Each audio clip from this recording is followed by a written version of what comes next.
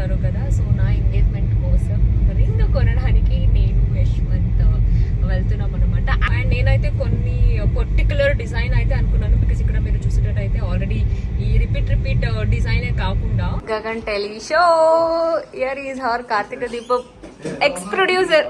మా ఇద్దరిని మా సారే కలిపారు. కార్తీక దీపం అనే ఒక సీరియల్ ఎవ్వరికి చెప్పలేదు ఇప్పటి వరకు. అండ్ ఫస్ట్ మేమిద్దరు పర్సనల్గా వచ్చి ఫ్యామిలీ తర్వాత ఒక పర్సన్ ఇన్వైట్ చేస్తున్నామంటే అది మీరు.